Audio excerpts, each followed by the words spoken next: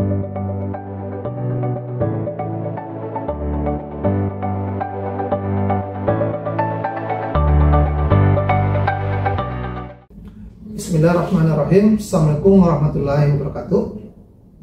Perkenalkan, nama saya Rahmatullah, sarjana hukum, magister hukum. Saya adalah salah satu dosen dari program studi ilmu hukum Fakultas Hukum Universitas Andi Jemah Palopo.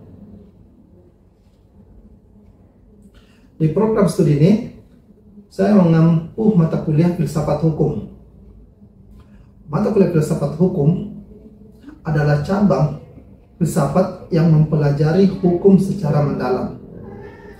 Pada mata kuliah filsafat hukum ada beberapa capaian pembelajaran, diantaranya pengertian filsafat dan filsafat hukum, di mana mahasiswa memahami filsafat dan filsafat hukum secara spesifik. Yang kedua, ruang lingkup filsafat hukum.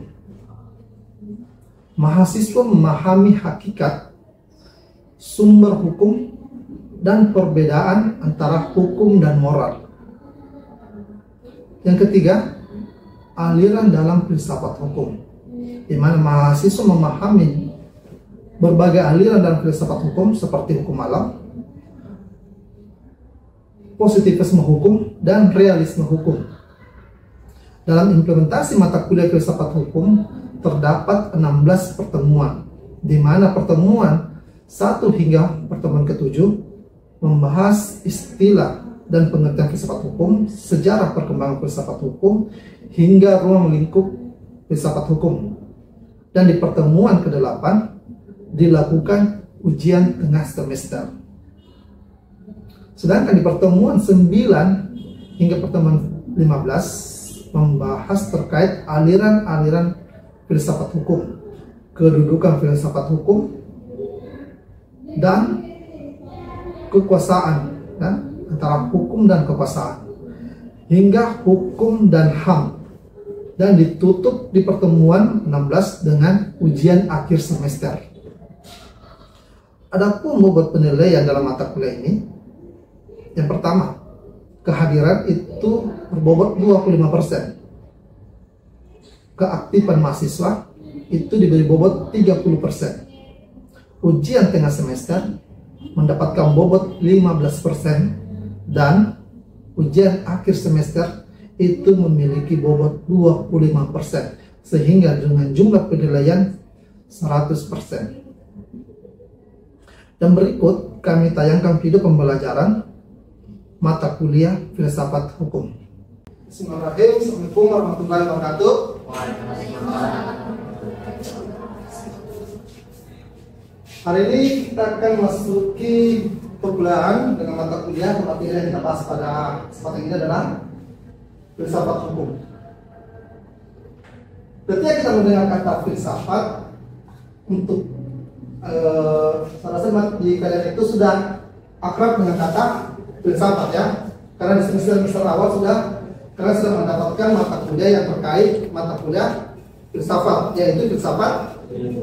Secara garis besar mungkin mirip, cuma yang membedakan adalah objek dari filsafat itu. Tapi secara refleksi, ya, kita mengulang kembali untuk menyegarkan otak kembali kita tentang apa filsafat itu. Ya, filsafat berasal dari bahasa Yunani, yaitu filosofi, ya. Filo artinya cinta, sophia berarti kebijaksanaan atau hikmah. Secara, ya, filsafat berarti cinta akan kebijaksanaan. Oke, kita kasih tahu ya, cinta akan kebijaksanaan. Secara harfiah, secara bahasa atau kata. Tapi kita melihat dulu pendapat dari para tokoh. Aristoteles mengatakan filsafat adalah ilmu yang mencakup kebenaran dan berupaya menyelidiki sebab-sebab dan asas segala sesuatu.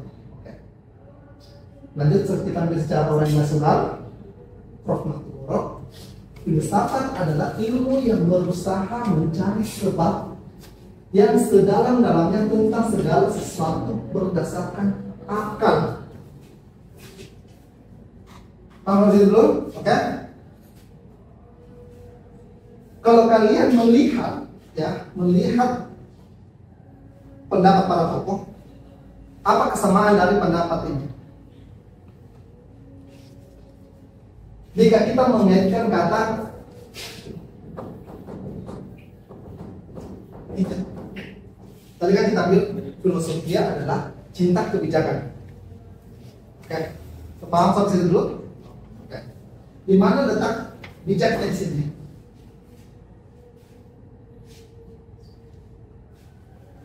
Atau kalau saya tanyakan, apa bijak itu?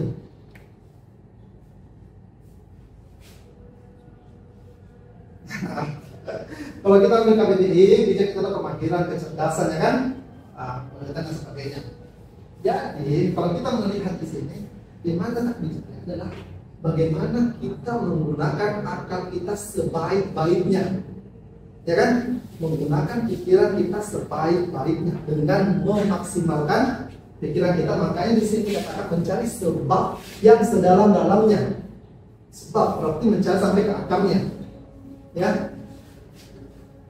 Ya, sama yang katakan Socrates, kebenaran dan merupakan menjadi sebab-sebab dan asas segala sesuatu. Berarti filsafat itu adalah sesuatu yang menggali suatu kebenaran. Kata bijak di sini adalah bagaimana kita menggunakan akal pikiran kita secara maksimal. Ya, oke. Lanjut. Nah, terus bagaimana ketika suatu filsafat dikaitkan dengan hukum? Filsafat hukum adalah cara filsafat yang mempelajari hukum, ya, mempelajari secara mendalam, kritis dan reflektif, bertanya tentang apa itu hukum, mengapa hukum harus ditaati, apa tujuan hukum, serta apa hubungan hukum dengan keadilan dan moral. Kita lihat sendiri, mencari hakikat hukum sampai sedalam-dalamnya, mencari makna hukum, makna, ya.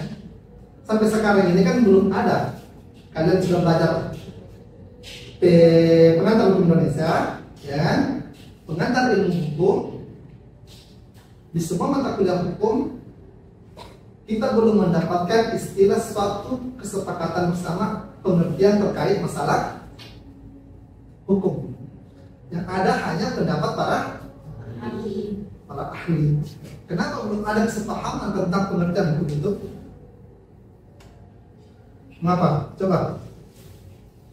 Mengapa?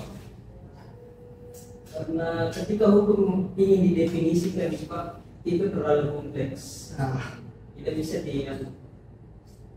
bisa dikerucutkan menjadi satu kesepahaman bersama, ya kan? Nah, orang bilang sesuatu yang abstrak, ya kan? Sesuatu yang sangat luas, ya kan? Fungsi dari filsafat itu mencari hakikat hukum itu. Apa hakikat hukum itu? Bagaimana pendekatan untuk mendapatkan nilai atau hakikat hukum itu? Yaitu secara filosofi, mencari hakikat makna hukum itu. Apa yang ingin dicari hukum itu? Apa yang menyebabkan hukum itu ada, dan untuk siapa hukum itu ada? Itulah gunanya secara filosofi. Nah, sama hal yang mengatakan Ustaz, filsafat hukum membahas hubungan antara hukum dan keadilan serta persoalan hukum yang tidak dapat dijawab oleh hukum positif. Profesor Dikno, filsafat hukum adalah pemikiran secara mendalam tentang hukum, bukan hanya mengenai hukum yang berlaku, tetapi hukum yang seharusnya. Hukum bukan hukum yang tepat, tapi hukum yang seharusnya. Terus bagaimana kita bisa membedakan mana hukum yang seharusnya dan mana hukum yang berlaku? Bagaimana? Ya? Ketika kita berada hukum itu adalah hukum itu adalah sesuatu tekstual, undang-undang, kan? Sama halnya yang dikatakan besar bahwa menjawab hukum sesuatu yang belum dijawab secara normatif dalam artian, ya, dalam artian persoalan masyarakat yang berubah, permasalahan masyarakat yang berubah, di mana hukum belum tidak masih sulit untuk atau belum mengikuti perkembangan tersebut, kan? Kalau kita kan secara manusia itu bisa sekian detik itu bisa berubah, ya, bisa berubah sama. Selanjutnya, ruang lingkup filsafat hukum. Di segala terjadi hal yang tertentu memiliki namanya ruang lingkup. Ya.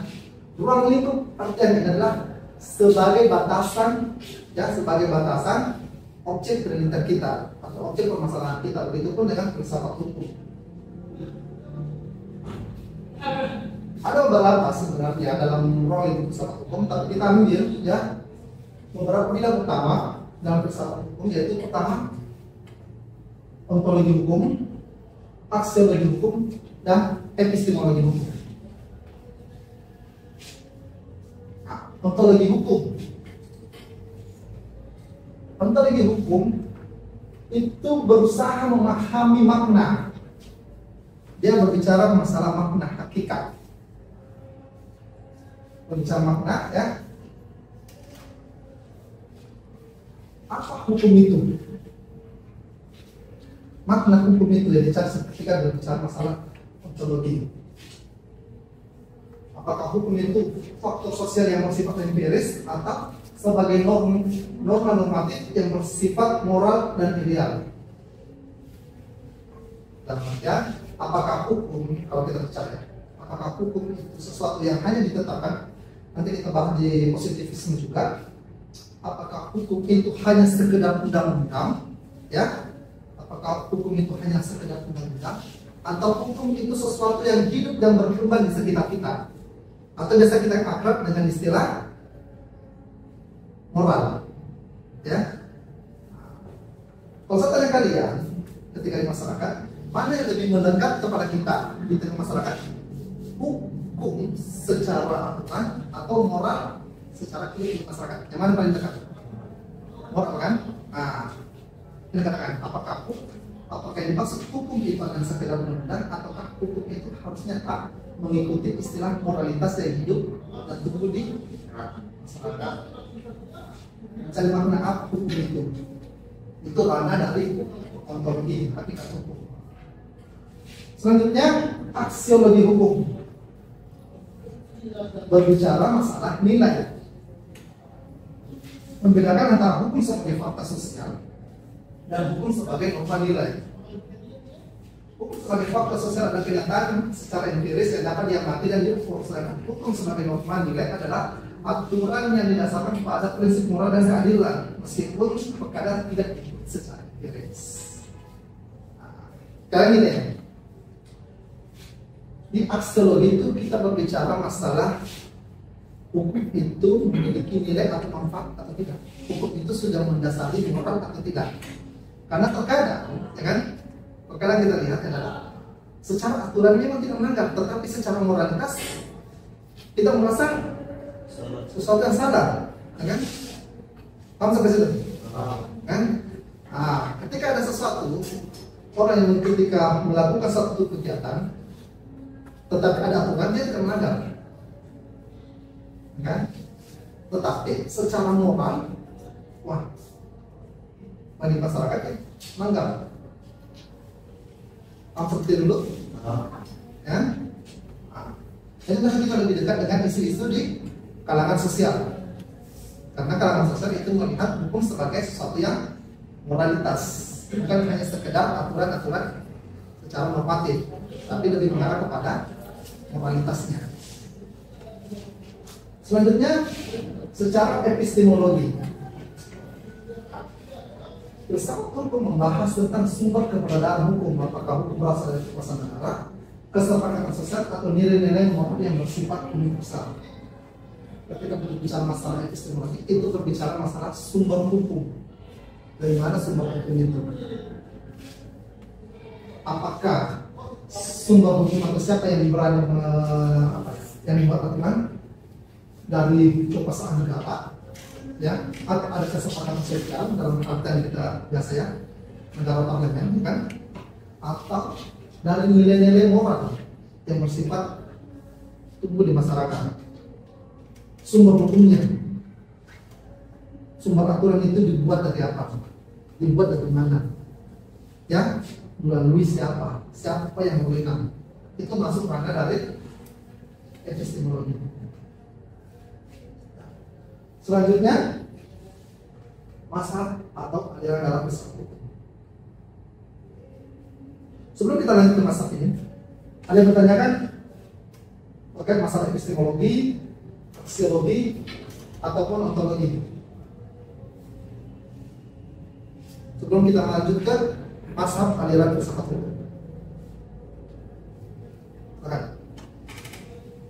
Kalau di filsafat saya pelajari itu yang pertama dipelajari adalah epistemologi, baru ontologi, baru aksiologi. Ya. Nah, bedanya di sini ketika saya mau pelajari filsafat hukum itu diutamakan ontologi hukum, baru aksiologi. Oh tidak, ini bukan berurutan sebenarnya. Ini bukan satu urutan. Ini bukan urutan. Sebenarnya kalau kita mau pakai, sebenarnya masih banyak mazhab lagi ada dalam lingkup sosial juga, ya kan? Ada dalam juga, ya. Ini bukan dalam arti yang hierarki. Ini bukan hierarkinya. Ini cuma ruang lingkupnya saja, ya kan? Supaya kalian berbicara misalnya, oh kita mau bahas secara ontologi, apa yang mau dibahas secara ontologi itu? Ya kan ketika perdebatan ontologi apa yang jangan sampai kalian berdebat ontologi, tapi kalian masuk di ranah epistemologi, ya kan? Kalian mencari hakikat, tapi kalian mempermasalahkan sumber hukumnya, ya kan? Kalian mencari apa itu hukum? Hukum itu dibuat sama presiden, berarti bukan ranah ontologi itu masuk ranah. Nah, ya kan? Ini bukan satu hierarki, tapi berbicara masalah ruang lingkupnya, supaya kalian mengetahui ruang lingkup kayak gini ya. Ruang lingkup itu ibaratkan kamar. Kalian mau berdebat di kamar mana? Ya kan? Kalian mau berdebat di kamar ontologi, aksiologi, atau epistemologi. Karena ketika kalian mau ditabrak, akan sulit untuk ketemu jawabannya. Paham habis itu? Ya, sama hanya itu. Oke, ada yang bertanya lagi sebelum kita lanjut? Langsung anda dulu ya. Oke. Nah, sama hanya dengan masuk aliran dalam filsafat umum. Ya. Masuk ini sebenarnya ada satu patokan. Kalau kita berbicara masalah hukum, mencari sesuatu permasalahan nggak sampai ke akarnya, kan? Masuk ini adalah bisa dikategorikan adalah pokoknya. Pokoknya baru kalian, dan ketika kalian sudah dapat pokok, kalian sudah tentukan pokoknya, kalian teliti sampai ke akar-akarnya. Paham udah sampai situ ya? Itu secara analoginya. Ya. Nah, aliran hukum alam atau naturalisme. Menurut aliran ini, hukum tidak hanya sekedar berita dan informasi, tapi harus berdasarkan pada prinsip-prinsip moral universal bersifat abadi, bersumber dari Tuhan, alam semesta, atau budi manusia ya. Dan intinya, mazhab hukum alam itu melihat hukum itu secara luas, secara universal, bukan hanya sebatas apa yang telah ditetapkan oleh suatu pemerintah, tetapi harus berdasarkan penerapan apa yang diakui secara universal. Misalnya kita, maka dalam aliran hukum ini itu lebih cenderung mendekat kepada religius, kan? Melibatkan sifat religiusnya dalam artian hukum itu harus sesuai kehendak apa ya? Dia boleh bertentangan dengan ajaran-ajaran religi, ya, ataupun moral-moral yang secara universal itu diakui. Itu. Jadi misalnya melakukan pembunuhan, ya, secara universal. Kalian mau lihat di Indonesia, di Eropa dan sebagainya, itu melakukan pembunuhan itu pada intinya ada sesuatu perbuatan yang salah, kan? Nah itu secara universal, ya. Atau melibatkan kepada religius. Masuk ini contohnya saja dalam pembentukan undang-undang perlindungan hak asasi manusia, kan? Itu melibatkan, kan? Berarti melibatkan kita secara lahiriah. Ketika kita secara lahiriah dalam undang-undang perlindungan hak asasi itu, kita sudah membawa hak secara personal, ya. Lanjut ke aliran positivisme. Dalam aliran ini, hukum adalah perintah dari penguasa yang berdaulat, terpisah dari moralitas, ya, terpisah dari moralitas atau nilai-nilai paling fokus utama pada hukum yang tertulis dan undang-undang. Ini bisa dikategorikan sebagai hukum murni. Lalu hukum ini, aliran ini mengatakan, karena dia sudah memisahkan hukum dan moralitas dalam kategori ketika suatu aturan itu sudah diketuk palu dan sudah ditekan, suka tidak suka, ya mau tidak mau kalian harus tunduk, kayak gitu, karena sudah ditetapkan dan dia adalah suatu faktor yang bersifat positivisme hukum. Selanjutnya aliran realisme hukum. Nah, realis dalam aspek ini dia melihat hukum itu sesuatu yang lebih fleksibel. Hukum bukan sekedar teks undang-undang atau teori, melainkan apa yang diputuskan oleh hakim. Ya, fokus pada dalam hakim dan faktor-faktor mendukung yang mengambil keputusan. Praktek, ya, praktek dari aliran ini biasanya dia tinggi mengenai bagaimana hakim memiliki kekuasaan dalam menentukan suatu keputusan atau permasalahan hukum. Kan?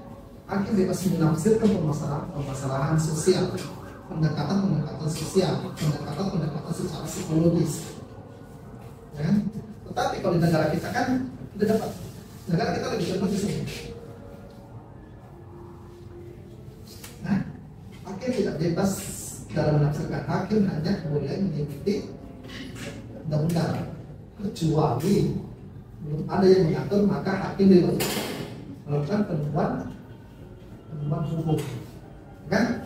Nah, beda kalau di sini hakim bebas sekarang itu melakukan penelitian secara terhadap masalah hukum. Jadi di aliran realisme itu faktor-faktor atau aliran ini melihat hukum itu terkait masalah putusan hakim, lalu dia melihat hukum itu lebih fleksibel, yaitu kepada perubahan masyarakat atau permasalahan pada saat itu, kan? Jadi prakteknya itu lebih fleksibel sebenarnya. Ya, kita dikategorikan dia lebih terbalik dengan sifat positivisme. Ya, kalau positivisme itu bersifat kaku, karena dia akan tunduk pada alasannya. Sebenarnya ini dia lebih bagaimana dia menafsirkan, ya kan? Nah. Oke, ada yang tanyakan?